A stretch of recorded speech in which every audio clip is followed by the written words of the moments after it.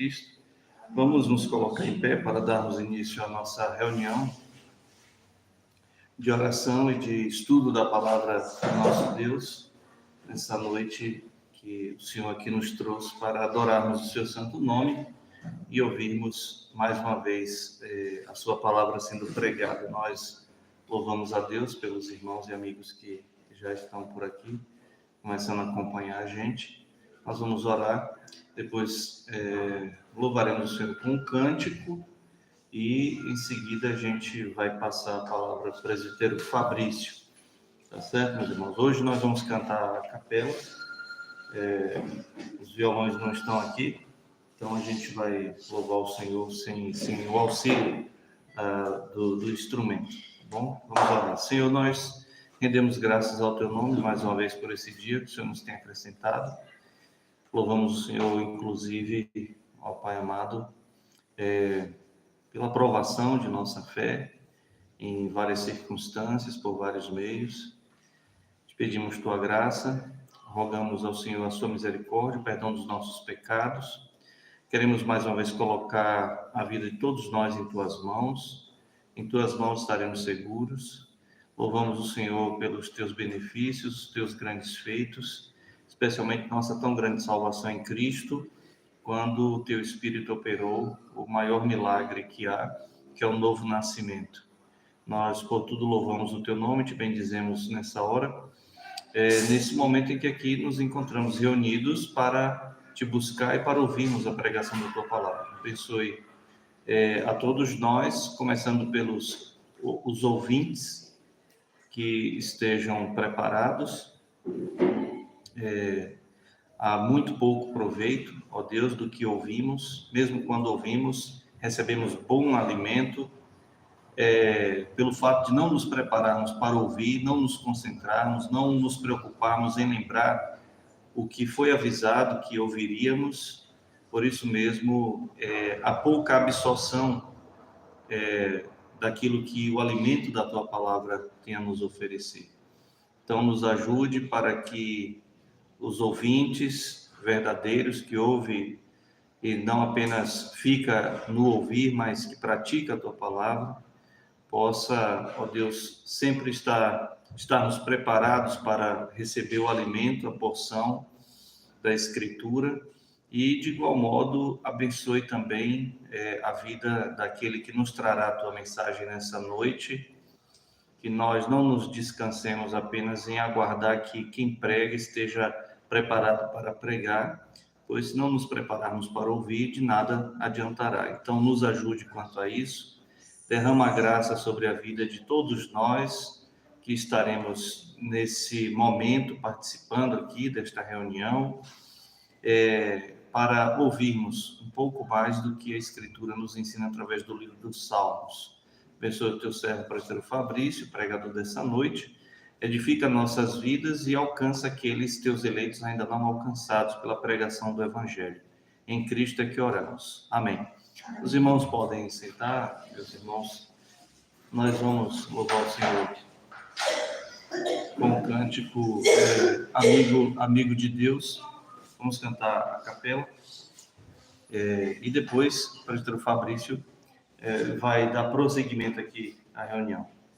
Não existe nada melhor do que ser amigo de Deus, caminhar seguro na luz, desfrutar do seu amor, ter a paz no coração, viver sempre em comunhão e assim perceber a grandeza do poder de Jesus, meu bom pastor. Não existe nada nada melhor do que ser amigo de Deus, caminhar seguro na luz, desfrutar do seu amor, ter a paz no coração, viver sempre em comunhão e assim perceber a grandeza do poder de Jesus, meu bom pastor. De Jesus, meu bom pastor.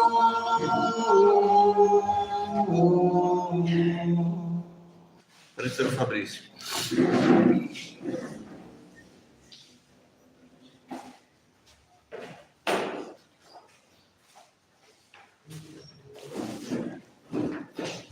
Graça e paz, meus irmãos. Amém. Louvamos ao Senhor Deus por nossa tão grande salvação e também por estarmos aqui na oportunidade de poder estudar um livro tão precioso, o livro de Salmos, aqui com os irmãos também que estão online, podendo acompanhar esta série de pregações. Nós que já vencemos o primeiro dos livros, são 5 eles, dentro do Saltério. Nós já sabemos que existem salmos diversos, como também existem algumas outras cartas, por exemplo, que não estão no cânon sagrado. Então, salmos é uma forma de expressar a sua oração cantada também, ali dos judeus. Mas aqui nós encontramos os salmos que fazem parte dessa coletânea, que são 150, e já estudamos 41 deles. E agora, entrando no livro de número 2, podemos observar aqui um conteúdo que nos ajudará a compreender de forma que o nosso coração se alegrará em saber que, mesmo após termos conceitos da confrontação que vimos no primeiro livro, do Salmo 1, temos que ter o desafio de comunicar às pessoas acerca do Deus pactual. E esse Deus pactual, agora, ele não mais falado como no Salmo 1, no livro de número 1, perdão, ele agora é tido como o Deus que é sobre todos os homens. Aquele termo que aparece lá no Gênesis, termo Elohim. Deus, ele vai se revelar aos homens. E quem são os comunicadores? Somos nós. Na verdade, aqueles que ali estavam, a igreja do Velho Testamento. Obrigado mesmo. Deus abençoe. E aí eu peço a vocês que abram as suas Bíblias aí, no Salmo de número 42, para darmos continuidade a esse estudo. Nós veremos nesse Salmo aqui aquilo que não mais Davi agora com tanta, como eu posso dizer, com maior quantidade, né? Vamos dizer assim, a palavra não veio à mente, mas agora outras pessoas compartilham também, outros autores, aí vamos dizer. Vocês vão ver que o Salmo ele está aí trazido como os filhos de Coré. É uma família que estava também envolvida ali no trabalho ao Senhor, e esse Salmo é atribuído a eles. O 42 e o 43, eles devem ser lidos juntos. Não podemos entender esses dois salmos como uma coisa separada. Por isso mesmo, iremos fazer a leitura dos dois salmos seguidos aí. Estou fazendo essa recapitulação. Essa palavra vai me pegar, viu? Estamos recapitulando essa leitura porque os irmãos que acompanham o canal não puderam. Então, aqueles que já ouviram mais uma vez, vamos ouvir mais um pouco para fixar também o que temos aqui em nossa leitura e podermos também crescer mais no conhecimento. Salmo 42. Estou lendo na versão NVI. Como a costa anseia por águas correntes, a minha alma anseia por ti, ó Deus. A minha alma tem sede de Deus, do Deus vivo. Quando poderei entrar para apresentar-me a Deus? Minhas lágrimas têm sido o meu alimento de dia e de noite, pois me perguntam o tempo todo, onde está o seu Deus? Quando me lembro destas coisas, choro angustiado, pois eu costumava ir com a multidão, conduzindo a procissão à casa de Deus, com cantos de alegria e de ações de graça entre a multidão que festejava. Por que você está assim tão triste, ó minha alma? Por que está assim tão perturbada dentro de mim? Põe a sua esperança em Deus, pois ainda o louvarei. Ele é o meu Salvador e o meu Deus. A minha alma está profundamente triste. Por isso, de ti me lembro, desde a terra do Jordão, das alturas do Hermon, desde o monte Mizar. Abismo chama abismo ao rugir as tuas cachoeiras, todas as tuas ondas e vagalhões se abateram sobre mim.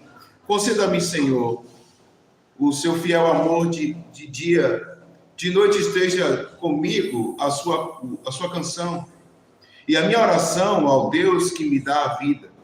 Direi a Deus, minha rocha, por que te esqueceste de mim? Por que devo sair vagueando e pranteando,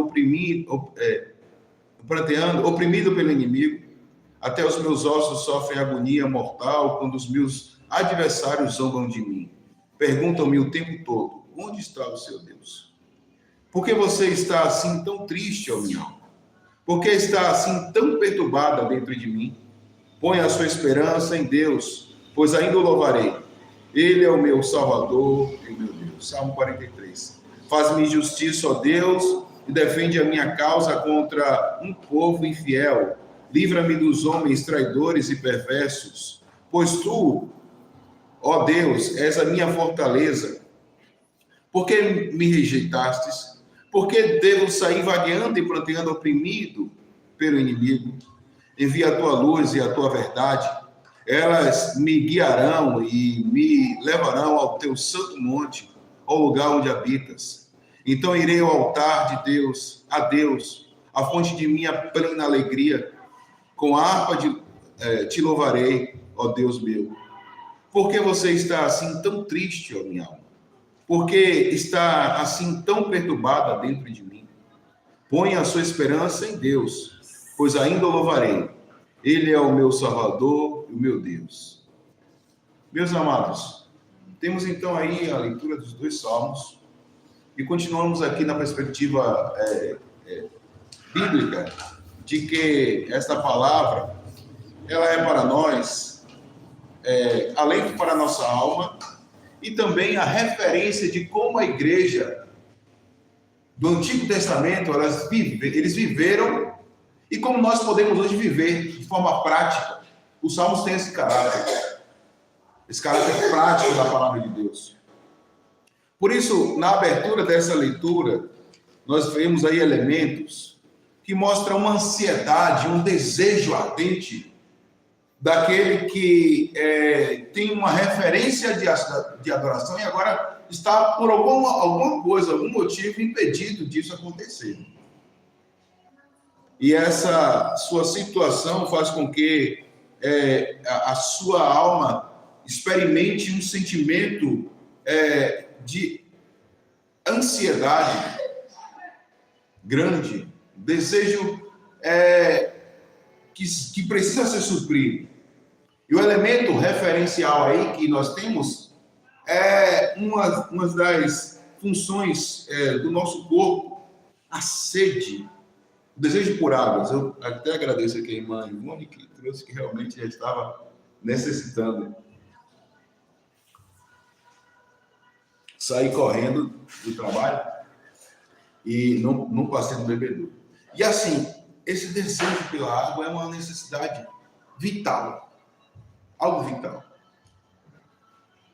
Vocês podem observar que a água aí, ela está apresentada em alguns momentos, até mesmo há uma metáfora onde Deus, ele é apresentado como aquele que é este elemento salutar para a nossa vida.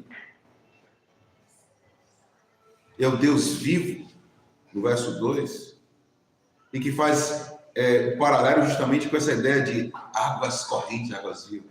E vejam que lá no verso de número 6, ele vai dizer, ele vai ampliar, ele vem de uma maneira bem interessante, ampliando essa visão, colocando esse paralelo aí na figura de linguagem, mas ele vai dando algo gradativo. Mas o foco principal nesse texto é mostrar para nós a relação que temos que ter com Deus. A intensa relação que por algum motivo aqui o salmista, talvez aqui esse salmo não expresse o autor em si, mas aqueles que ali estão sendo representados aqui, dos filhos de Coré, mais aponta para uma situação de distanciamento na sua relação com Deus, naquilo que está estabelecido como algo vital. Vocês pararam para pensar nisso? A perspectiva aqui desse salmo é apontar que como algo elementar para a vida. Na figura aqui do animal, da coça, a água, ela representa um desejo ansioso de saciar a sua sede. Assim deve ser a sua relação com Deus. E esse paralelo é estabelecido na figura de linguagem, mas o verso 2 já traz os elementos interpretativos do próprio Salmo, porque você vai ver, a minha alma tem sede de Deus. Então, o elemento sede, ele aparece no verso 1, mas já o salmista é preocupado em nos trazer esse paralelo já com resposta. A minha alma tem sede de Deus. Mas de quem? Do Deus vivo. Não é um Deus qualquer, inventado pelo desejo do coração ímpio do homem, para satisfazer os seus desejos. Não, é o Deus vivo. E aí, na questão das águas correntes, você vai ver esse paralelo também lá no verso 6, porque ele vai dizer que ele tem a referência da sua lembrança, daquele peso das águas caindo sobre si, né? Ele imagina aquilo, mas ele faz a referência geográfica para explicar do quão pesado, do quão saber que essa relação é algo que quando ela não está bem estabelecida, é como um sentimento de angústia que cai de alguém que está debaixo de um monte vendo aquelas águas caindo sobre si, uma cachoeira vindo sobre si. E essa discussão poética aponta para a relação do homem com Deus. Porque esse é um ser que está profundamente abatido pela relação abalada. Aqui é apresentado algo, meus irmãos, que vocês vão ver no verso 4, que ele diz: quando me lembro destas coisas, eu choro, angustiado. Mas que coisas? Por que, Fabrício, você tem tanta convicção que é a relação com Deus? Porque os elementos estão aí apontando para nós que havia alguma coisa que impedia, que era um impedimento deste aqui, que está sendo interlocutor, se relacionar na sua adoração com Deus. E ele deixa isso claro quando ele vai pegando essas questões que são vitais, a água, o alimento, para dizer que foi quebrada essa relação por alguma coisa, e agora ele fica tão angustiado que ele não sabe lidar com isso. E o verso 4 vai dizer: quando me lembro dessas coisas, choro angustiado, pois eu costumava ir com a multidão, conduzindo a procissão à casa de Deus, com cantos de alegria e de ações de graças entre a multidão que festejava. Ele já está explicando para a gente. Então, no verso 1, eu tenho aí o elemento sede. No verso 2, ele traz aqui amplamente o que é esse elemento sede, a relação com Deus, o Deus vivo. Mas no verso 3, que eu não comentei ainda, e diz assim: minhas lágrimas têm sido o meu alimento de dia e de noite, pois me perguntam em todo tempo, onde está o seu Deus? Em que ponto a relação que temos com Deus, ela está, não está transparente às pessoas, que eles perguntam, nos afrontando: cadê o Deus que você se relaciona? E por que o salmista está falando isso? O verso 4 explica: ele não consegue mais estar no local de adoração como ele fazia antes. Alguns dizem que é o exílio. Sendo exílio, a gente não pode então pensar apenas numa questão pessoal, como muitas vezes os salmos do livro 1 apontava a figura ali da pessoa, do indivíduo Davi, e ele como representante. Agora é algo mais abrangente. É por isso que o termo do Deus pactual, que aí também aparece no Salmo 42, no Salmo 43, também no Salmo 44, o termo Iavé, ele vai ser substituído agora por um outro elemento que representa Deus, que é o Deus Elohim, que vocês vão ver lá em Gênesis, esse termo aparecendo. Mas por quê? Porque agora quem está cobrando a ele, ao salmista aqui, são as nações. Eles estão dizendo: cadê a sua relação com Deus? Cadê esse Deus que você se relaciona? Pense que você agora é o comunicador. Este é o livro da comunicação. O livro de número 2 dos Salmos. Ele vai se preocupar com essa temática, a comunicação. Se nós temos ali a confrontação, nós temos agora alguém que não deixou de ser confrontado. E aí está presente o elemento confronto. E esse confronto agora vem com um adicional. Mesmo confrontado, você tem a obrigação de comunicar Deus a eles. E eles perguntam: cadê o Deus de vocês? Parece que é gradativo, de fato é. A introdução desse salmo começa logo trazendo a ideia de que nós temos um conflito interior, mas também temos um conflito externo. A nossa luta é conosco mesmo, mas também é com os outros, com aqueles que estão como espectadores da vida do cristão, daqueles que estão olhando para mim e para você, aguardando a nossa derrota, aguardando que a gente fracasse, expectando que não dê certo, que aquela pequena igreja acabe logo, porque incomoda. Vocês percebem que isso traz uma angústia terrível ao coração do salmista, porque ele não está conseguindo, como comumente fazia, estar adiante de pessoas, conduzindo a adoração, um liturgo, alguém que está aí no verso 4 sendo apresentado como aquele que conduzia outras pessoas à adoração. Por certo, um membro de uma família de sacerdotes, e que costumava ir com a multidão, o texto aí na NVI fala, ele tinha o costume e o hábito de fazer aquilo, e agora não está, por algum motivo. E essa procissão que conduzia as pessoas à casa de Deus, a qual ele participava, não lhe é possível. Por isso mesmo ele está angustiado. Uma profunda tristeza. A sua sede de Deus, a sua fome de Deus. E vocês vão ver isso bem explicado por Jesus, aqui da base, para aquilo que foi falado lá no Sermão do Monte. No Sermão do Monte. Né? A Fabrícia aparecendo de novo, Monte Sermão. No Sermão do Monte. E vejam que quer entender esses conteúdos aqui, podem ir para lá. Mateus 5, em diante.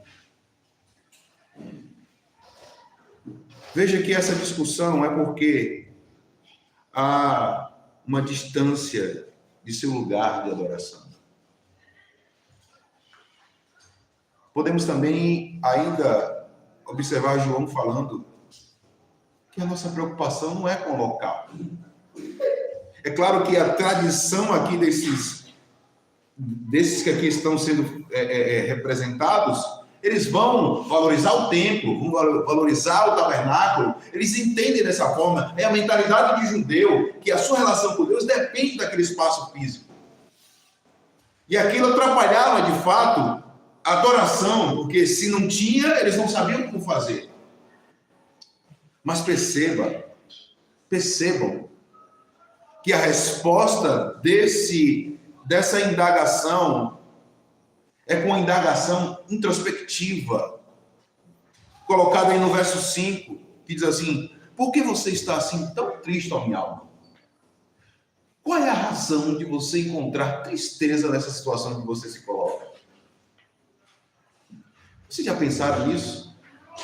Porque a gente gosta de dar razão à nossa tristeza, para justificá-la, para que ela esteja ali presente, a autocomiseração, o meu temperamento mesmo, né? Ainda mais quando eu tinha aquelas leituras que eu tinha antes. Hoje a gente, graças a Deus, tem um pastor que ele me assiste, ele conhece a palavra. A gente também sabe dos efeitos noéticos que a mente humana sofreu depois do pecado, então a gente sabe das nossas tendências. Mas eu gostava de leituras que me fizessem a melancolia, me fizessem recorrer à melancolia, a autocomiseração, o ostracismo, tantas palavras tem aí que vocês quiserem colocar, para dizer o quê? As paixões do ego, o vitimismo, né? Hoje em dia fala. Veja que o salmista aqui está dizendo: por que você está encontrando razões para continuar triste? Por que eu e você procuramos até essas razões para continuar na tristeza? Ele amplia mais: por que está assim tão perturbado dentro de si, dentro de você, dentro de mim, no caso, né? Ele falando consigo mesmo.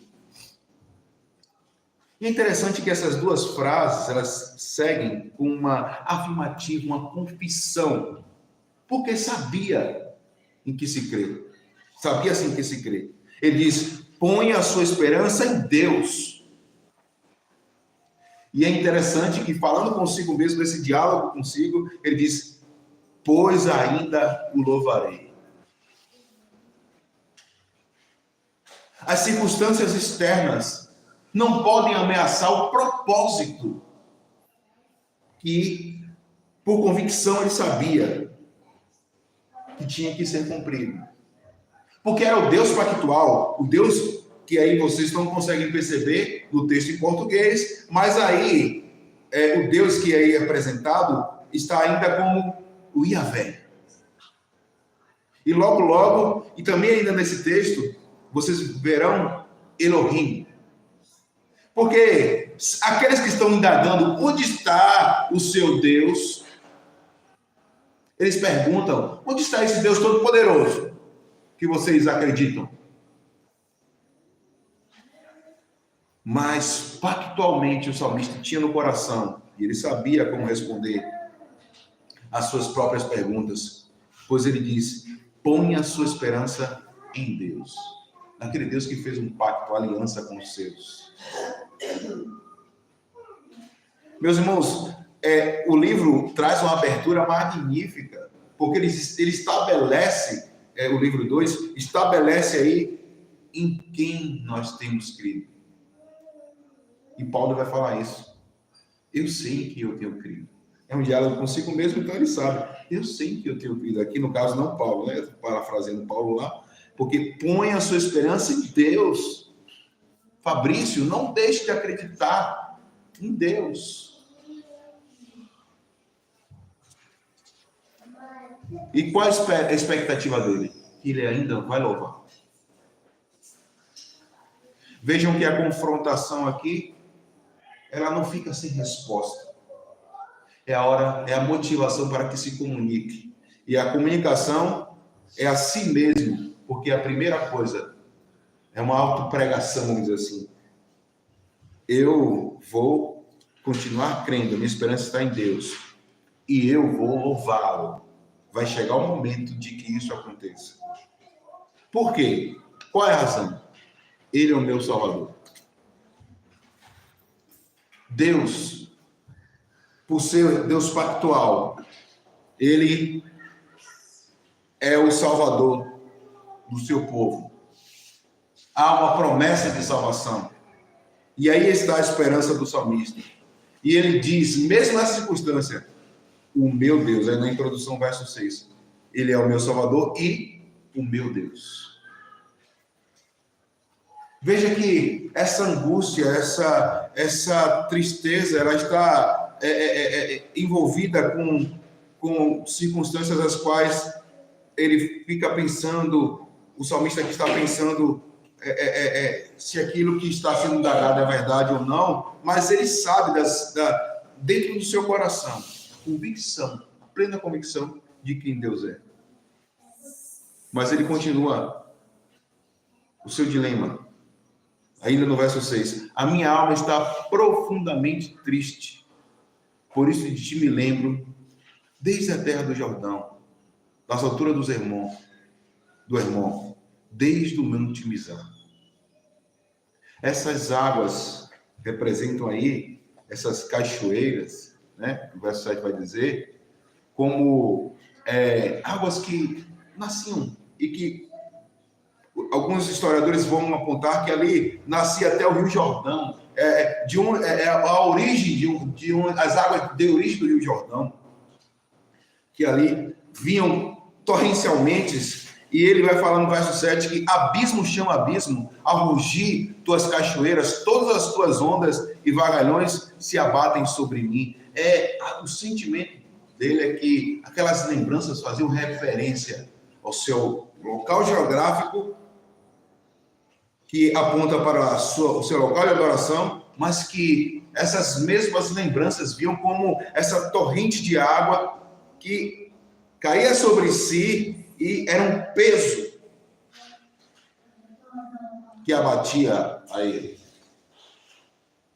A sua memória o fazia lembrar, e esse ponto referencial geográfico para fazer lembrá-lo de que Deus está ali e faz com que a sua mente não o esqueça disso. No entanto, ao invés disso produzir nele alegria, produz uma tristeza, porque ele não está no ambiente de adoração.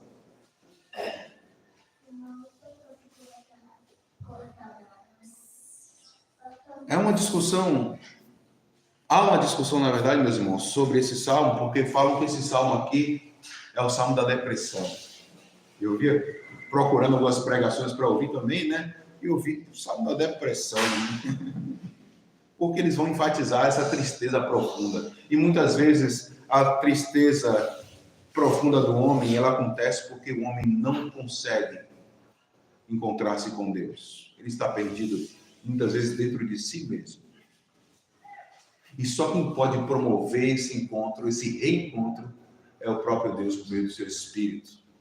Onde a palavra poderosa, ela resgata o homem dessa tristeza profunda. E o verso 8 vai dizer assim: concede-me, Senhor, o seu fiel amor de dia. De noite esteja comigo a sua canção.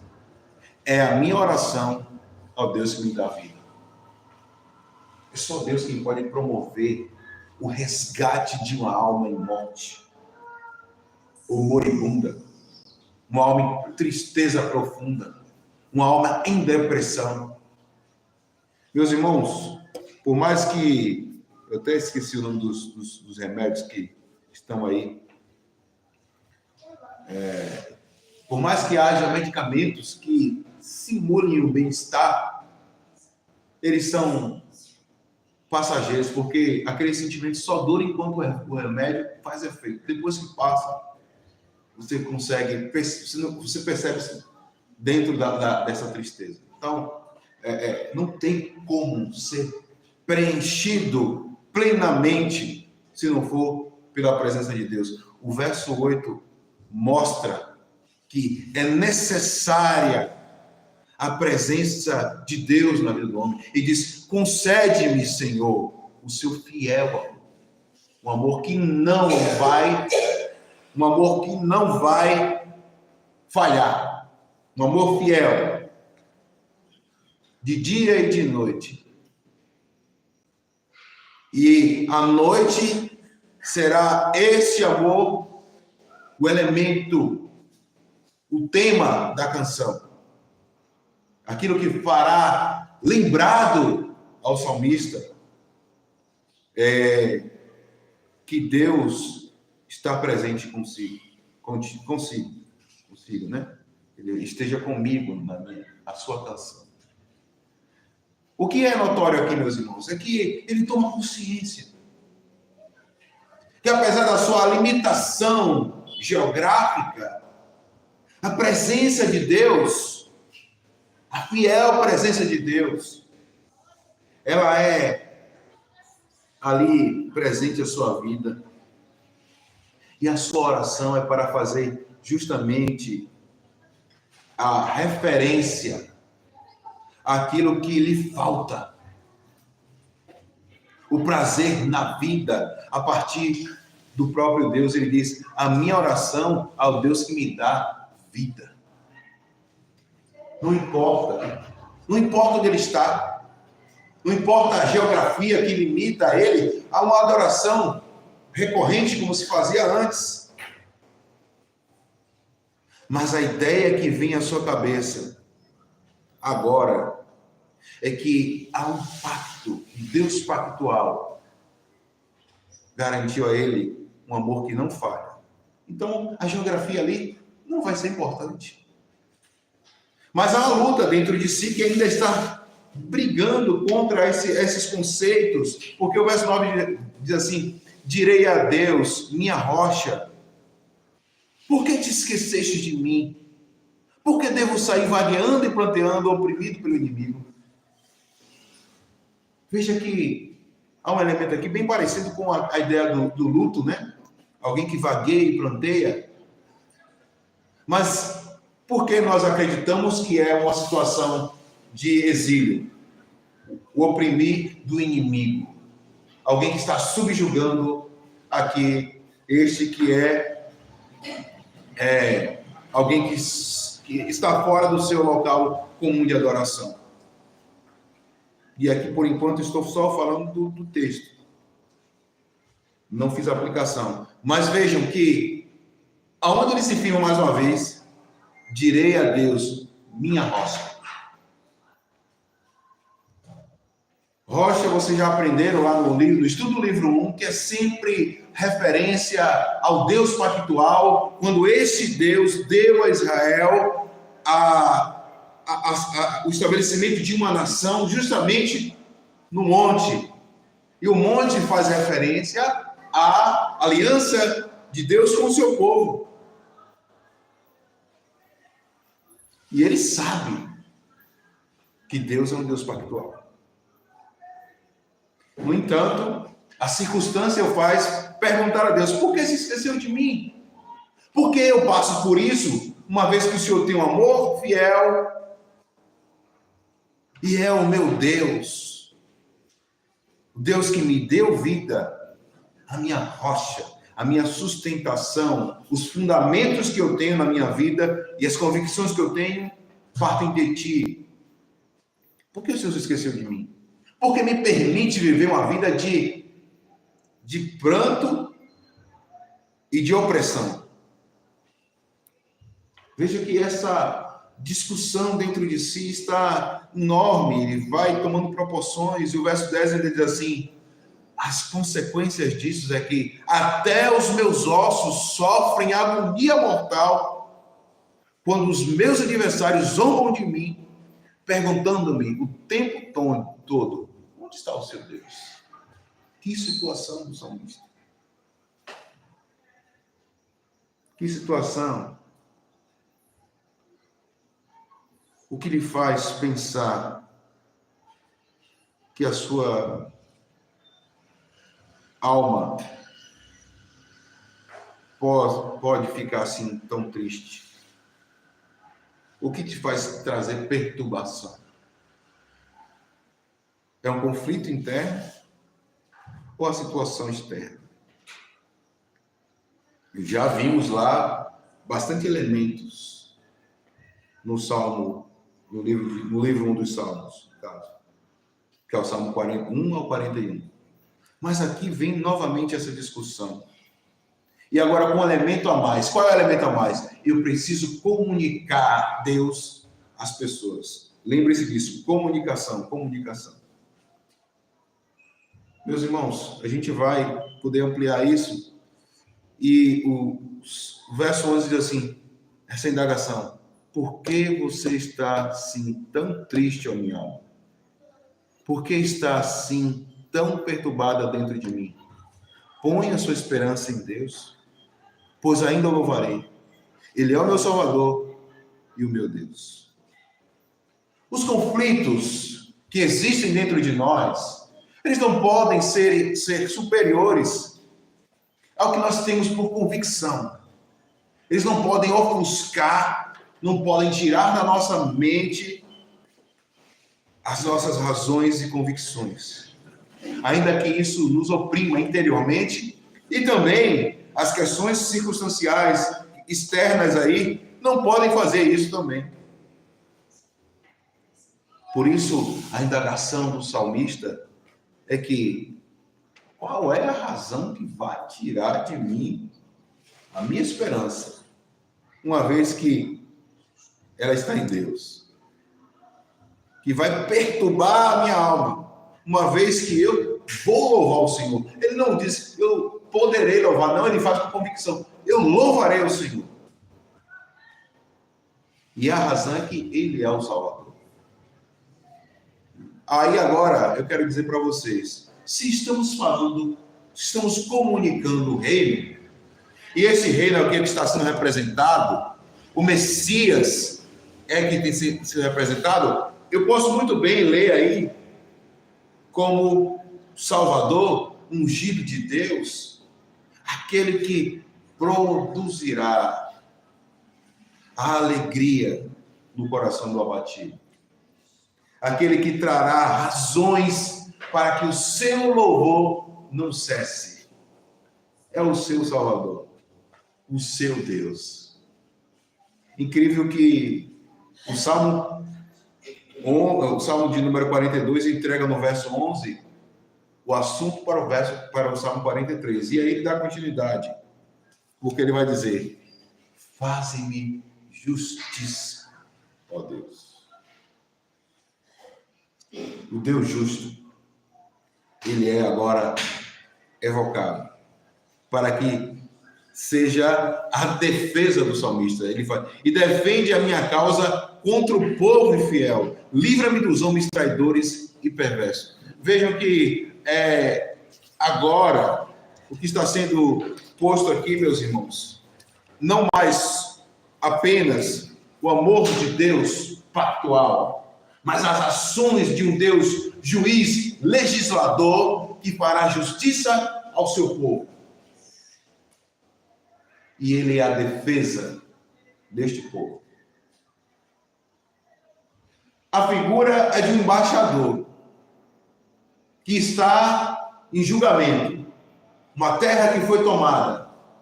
E ele agora não pode defender-se nem representar o seu reino. No entanto, ele evoca o juízo da sua nação. Aquele que está sob julgamento de outros será agora posto a salvo pelo seu Deus, o seu Salvador, porque aqueles que estão ali julgando é um povo infiel. Eu quero trazer outros elementos para vocês interessantes, vou desenquadrar aqui, é que vocês vão ver que este livro de número 2, eles vão apresentar para nós essa comunicação entre os povos, mas muitas vezes elas não serão pacíficas, porque o embaixador, ele vai com a intenção de falar, de comunicar acerca do reino do seu rei, o reino do Messias. E nessa comunicação, quando ele faz menção ao seu rei, é claro que os inimigos que lá estão, nesses diálogos diversos, aqueles representantes dos reinos que lá estarão, eles vão querer trazer perturbações, eles vão querer ser contra o estabelecimento desse reino. O pastor traz um termo muito interessante, né? Esse é o rei suzerano, o rei dos reis e senhor dos senhores. Então, o Salmo de número 2 já nos falou. Lembram que eu sempre digo para vocês que o Salmo de número 1 e 2 eles são os óculos de lermos todos os outros salmos. Então, o Salmo de número 2 diz: beije o filho, para que ele não se ire. E agora eu, representante deste reino, estou sendo pego por aqueles que são infiéis, que deveriam se submeter ao rei dos reis e senhor dos senhores, o Elohim, Todo-Poderoso. E essas lutas, elas são apresentadas, e é interessante que nestes salmos vocês verão a figura de um rei até velho, como Davi vai se apresentar um rei velho. Mas é curioso que o último dos salmos desse bloco é o Salmo 72, e quem está lá escrevendo ele? Salomão, o filho de Davi, para dar uma ideia de quê? De perpetualidade, de posteridade, é o reino perpétuo. Porque a promessa é que viria o rei dos reis e senhor dos senhores. Mas voltando aqui, essa infidelidade é porque eles não se submetem ao Deus verdadeiro, Deus vivo. E eles subjugam os embaixadores de Deus, os representantes do reino de Deus no mundo. Somos nós, a igreja. Eles traem o verdadeiro rei. E Deus, agora apresentado como o Deus de justiça.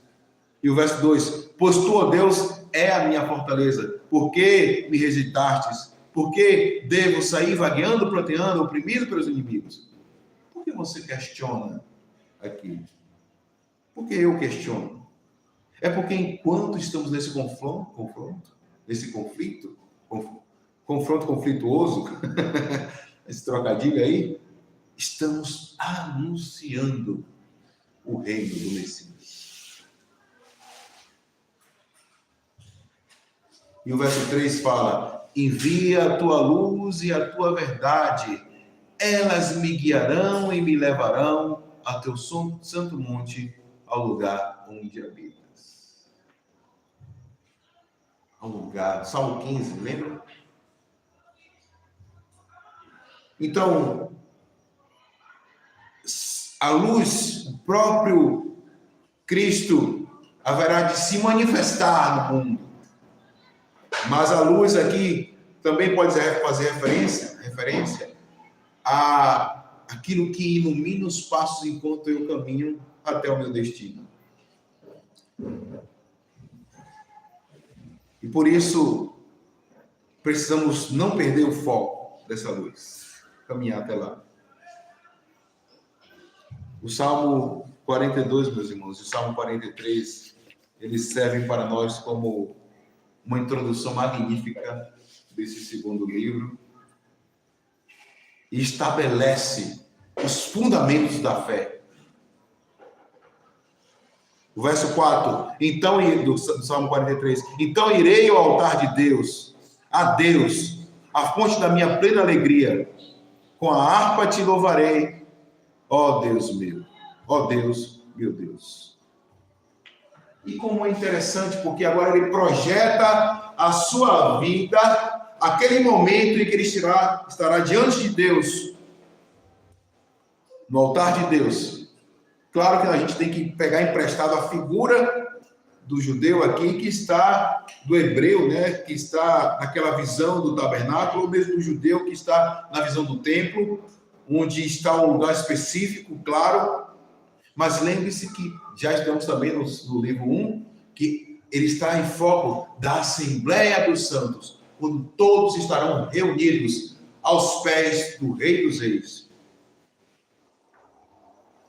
Então, o verso 5 volta a perguntar: qual é a razão? Por que você está assim tão triste, ó minha alma? Por que razão você encontra motivo de tristeza? Por que razão você encontra motivos de perturbação para estar assim tão inquieto? E ele responde para si mesmo: ponha a sua esperança em Deus. Ponha a sua esperança em Deus. Por quê?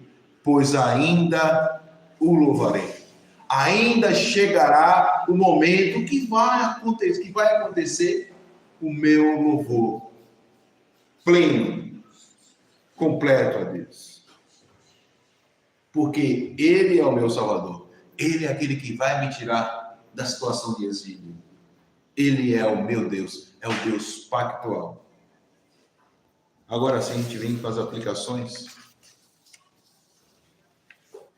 Meus irmãos,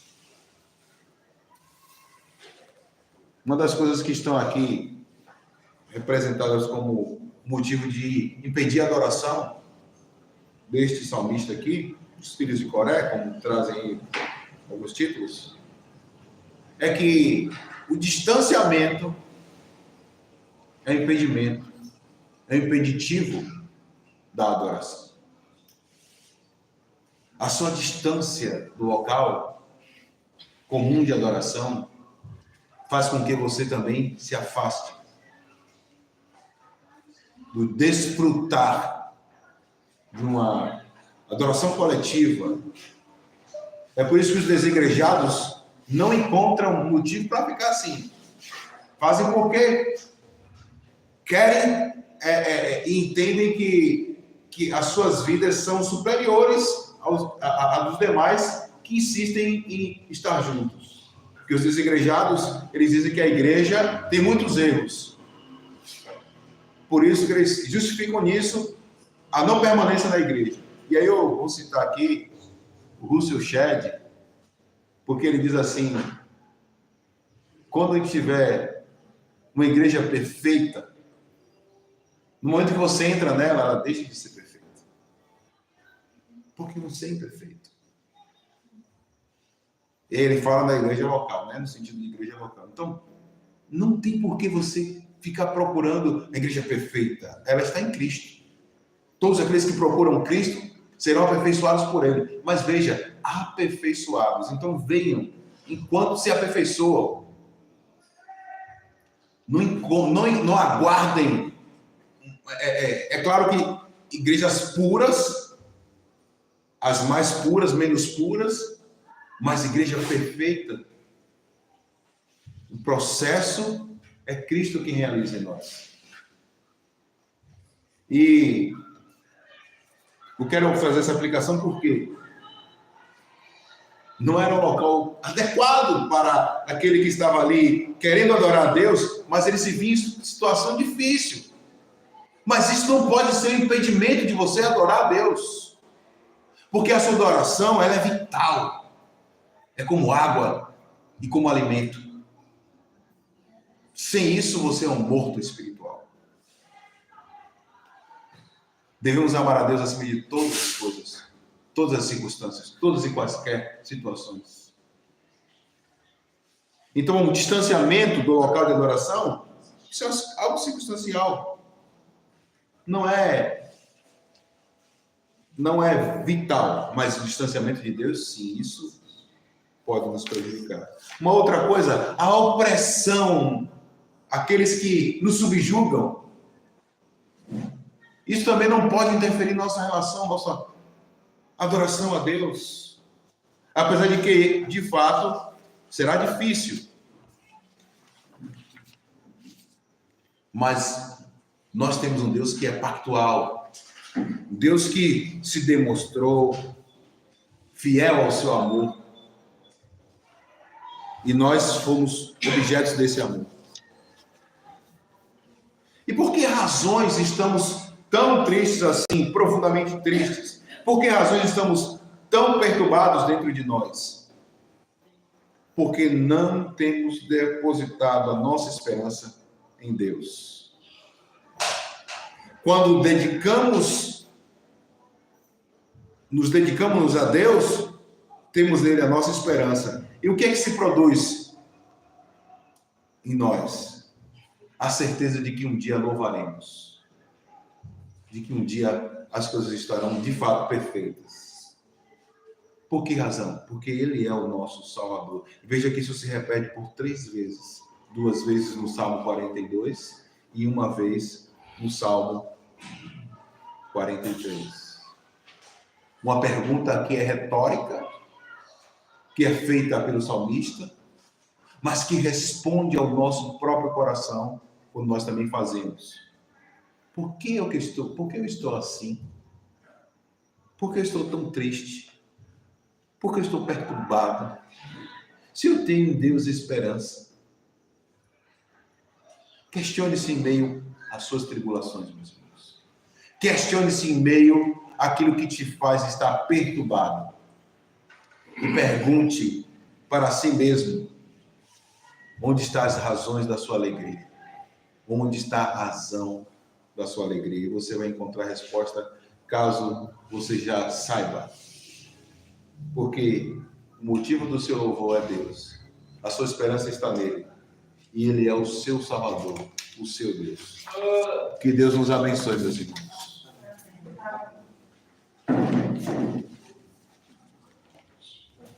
Vamos encerrar então? Vamos orar?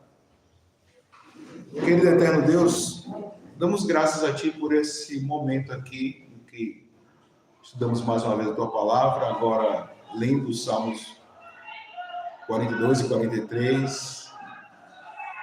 E na experiência do salmista, também queremos nos indagar, Senhor. Por que estamos tão tristes assim? Por que razões a nossa alma se encontra tão perturbada dentro de nós mesmos? Por que razão essa tristeza tão profunda? Se a nossa esperança está em Cristo Jesus. Se a nossa alegria depende do Senhor. Se o Senhor nos ordena,